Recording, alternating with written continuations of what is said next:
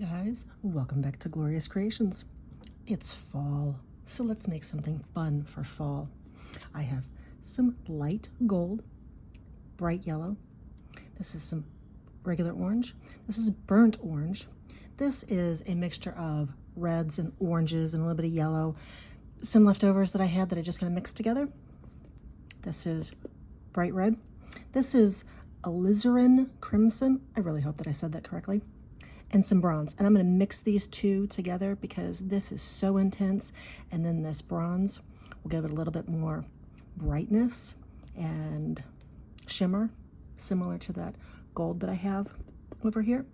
And after I mix these together, I'm going to make a little Skinner blend.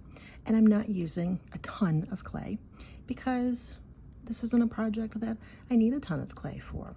And you won't either. You don't have to use these colors or this color combination. These are just the colors that I have that make me think of fall and trees changing colors in their leaves. The last beautiful sign off of nature before it says, hello, it's time to be cold. Let's not go there quite yet. Anyway, just gonna roll it into a little bit of a teardrop. Now, going to alternate the chubby end for the lighter end, but it's not about perfection either. One thing that I have going on here is that it's lighter on this end and darker on this end. And I thought about mixing it up, but when I did that, oops, it started becoming too striped. I didn't really want a striped look. Just kind of want a gentle transition from one to the next. So I'm going to thin this out a little bit so that when I fold it in half, it will fit through my pasta machine. And it needs to be just a little bit thinner. And I'll show you one or two passes, and then I will come back after I have mixed it the rest of the way, because you guys have all seen Skinner blends. And I'm not going for, like I said, perfection in this one. It's just about blending those colors a little bit. There's the first pass.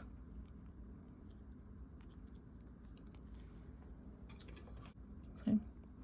And already getting just a little bit of a gentle mixing of those colors. But it'll be nice and subtle, and I'll be back in just a minute. Okay, so I ran this through a few more times.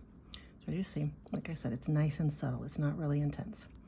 Now, I'm going to cut it in half, and I'm going to line these up, and I'm going to take it and I'm going to run it through the pasta machine and lengthen it out and thin this out.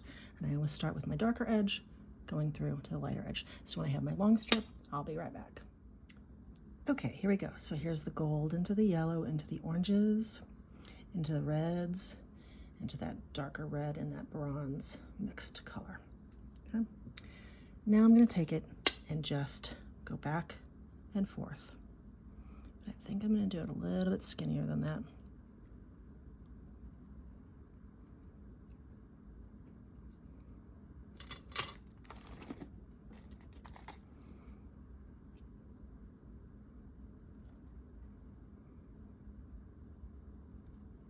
I'm not trying to get it perfect. My width is not even, and that's okay. As I've said before, with flowers and things like that in nature, nothing is, well, unless you're talking about the Fibonacci spiral, then that is definitely even. But beyond that, nature can be very random. So you're just taking it and going back and forth. Whoops. Once I have finished with this, I'm going to take it and I'm going to condense it all down. Press on all the sides.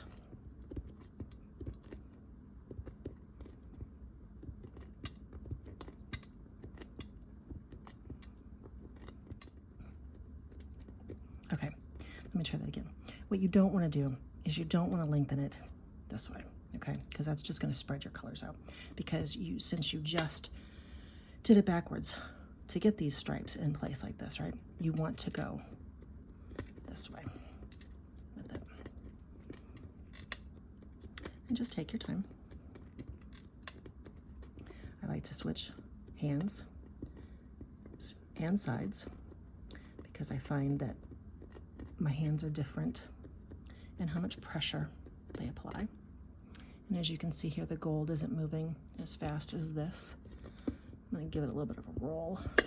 See if I can get it to join the party a little bit more.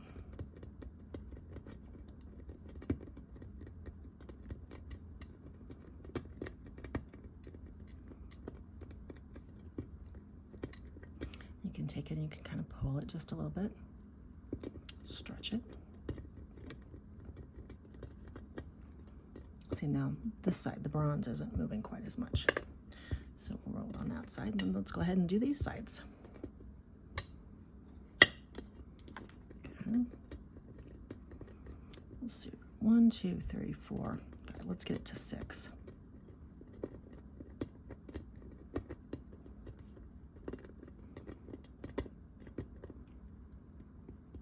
Okay, we're almost there.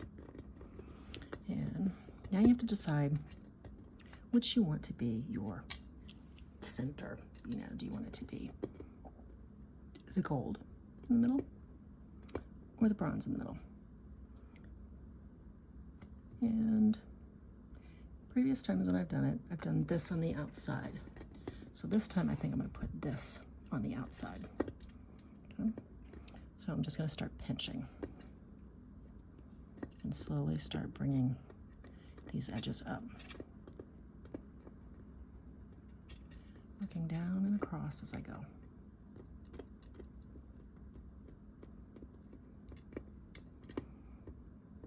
Okay, kind of bringing it up to a nice little peak. See that? I know, I feel like my hand's kind of blocking the clay. Sorry about that. And you can take it, lay it on your side, and work it down. Flip it over, work it down. That really helps straighten out your peak, your edges. And if there's a spot that's not quite as wide, just grab it and pinch and pull up the clay a little bit. Spread it out. Okay. Now I have 2, 4, 6, 7, so it's a little bit bigger than I need it to be. So I'm going to take these fingers, I'm going to push inward just a little bit.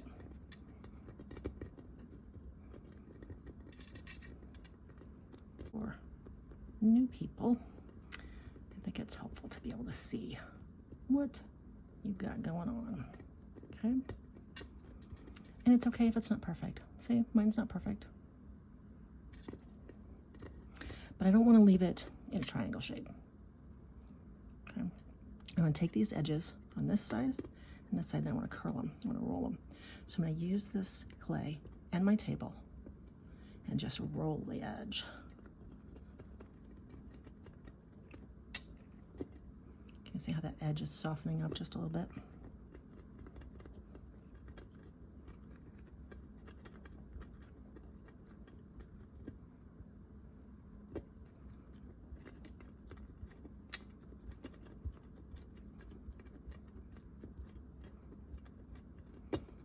Let's see what we've got here. 1, 2, 3, 4, 5, 6, 7. So we're too wide again, but it's okay because you can just take those edges and trim them off a little bit if you want. Okay. Now let's take this 1, 2, 3, 4, 5, 6, and cut it in about half. Still a little too sharp for what I want. And I think I want something in between. So I've got some gold sitting over here. Sorry, I forgot to tell you about that earlier. Thin that out a little bit.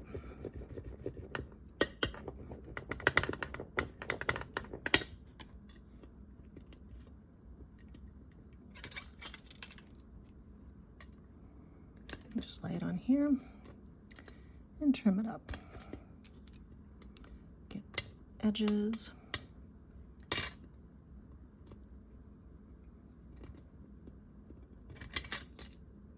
Use your blade to pick it up if it's sticking. Okay.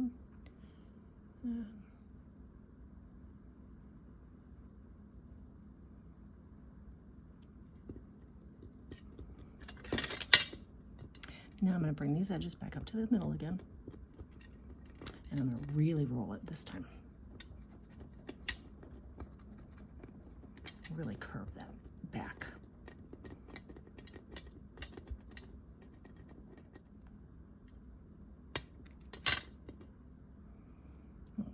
See what a difference that stripe makes? And if you really wanted to, you could totally take it and go like that. You'd have a completely different effect with the clay. If you did it like that. That's kind of cool looking too. But again, I think I'll take some more of this gold and do one more stripe in here. And don't get rid of your end pieces that you cut off. Like these guys.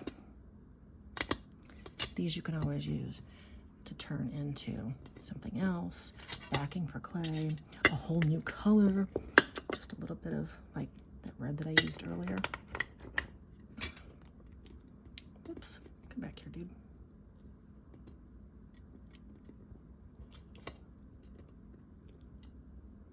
It's a little sticky. It may be September, but it is still really humid.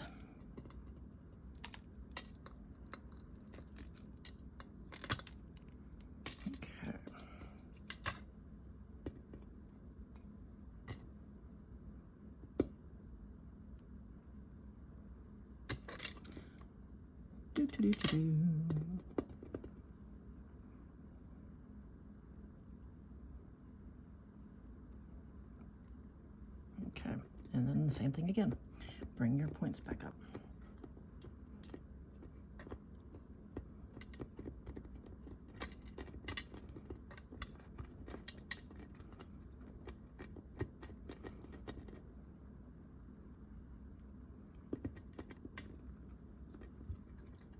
Almost like you're rolling a log halfway because you're trying to maintain your point on one edge.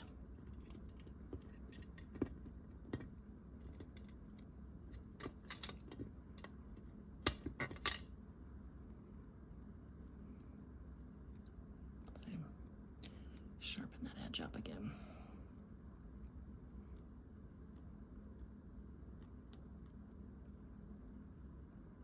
Now, remember I told you, save those end pieces? I think I might take them, I'll mix them all together to make my center. So let's see what kind of color we can get from that. Might be something interesting.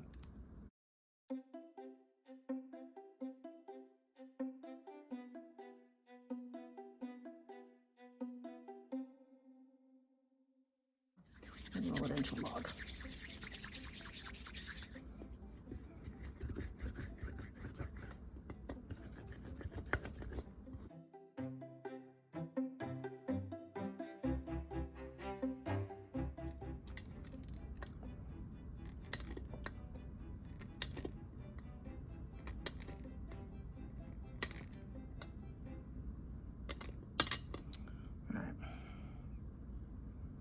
And I still ended up with them being a little more squared than I wanted, so I'm going to roll it and try and get more of a curve on that edge. I don't like squared petals, but I also don't mind if they're different widths either.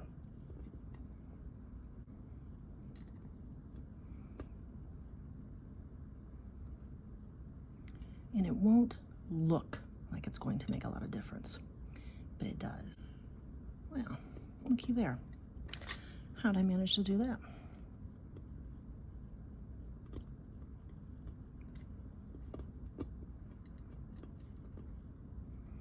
Put you in the middle.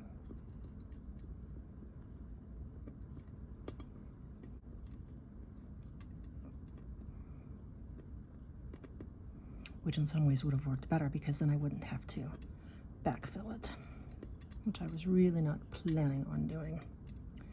So, I think. So I'm going to do almost a full flower.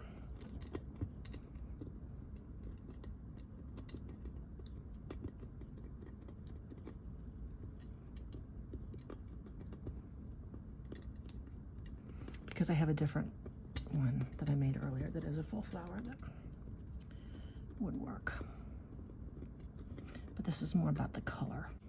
One thing you want to keep in mind when you're rolling out gold, or any metallic for that matter, is you want to always roll in the same direction. So I kept rolling it this way. If I had folded it and rolled it this way, it would change how the mica inside the gold was laying down, and it would start giving you a different effect. But just be aware of that. So I'm going to clean these edges up just a little bit. And obviously I'm not making a lot. I'm not making really large pieces. Because if I was planning to make really large pieces, I would have started with more clay from the beginning.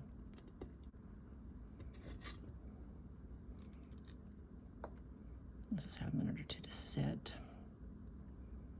But it's still smishing on me a little bit when I'm cutting it.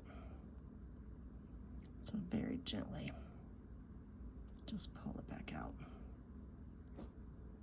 And if it tears a little bit like that one did, it's okay. So I'm gonna bring it to the edge.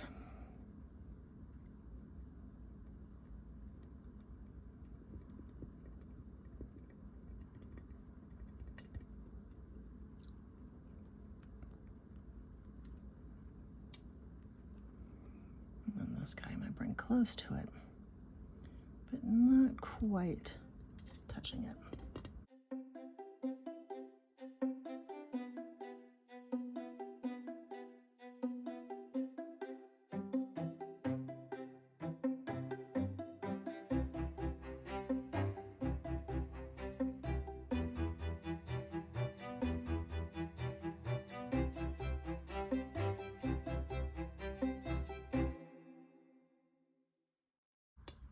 And by using the gold on the outside, it helps it just blend right into there. And then you can see a little bit of the seaming and the edging. It's not quite as extreme as it might be otherwise. Okay. Now, decide how you want to cut it. Where do you want your focus to be? Do you want your focus to be on just, say, the red part? On part like this? A combination of both? Teardrop. Let's just look. That one's kind of cool because it gives you the combination of those colors, and then it gives you the effect that I'm looking for with the fall colorations of the leaves changing. I think I like it. So I'll go there. And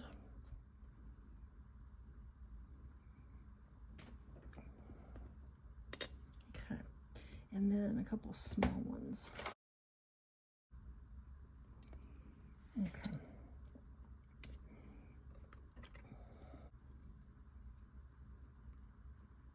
Oh, please.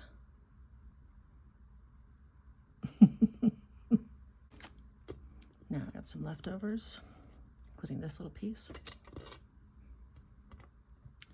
And I think I'm going to take it and make a little mishmash, a little marbleization. That's the word that I'm looking for.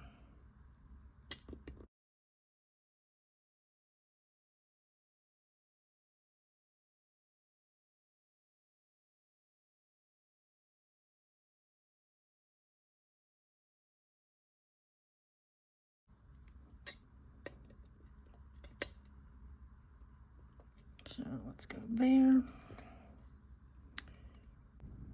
All right, guys, they're out of the oven, and I absolutely love the colors and how they turned out. They're just beautiful. Here's the back. I forgot to put these on paper. I do not know why I did not put these on paper. So I'll finish these with a little bit of resin and they'll be fantastic. I also made a few small ones with just a little bit of the marbled clay that was left. So I think those turned out pretty as well.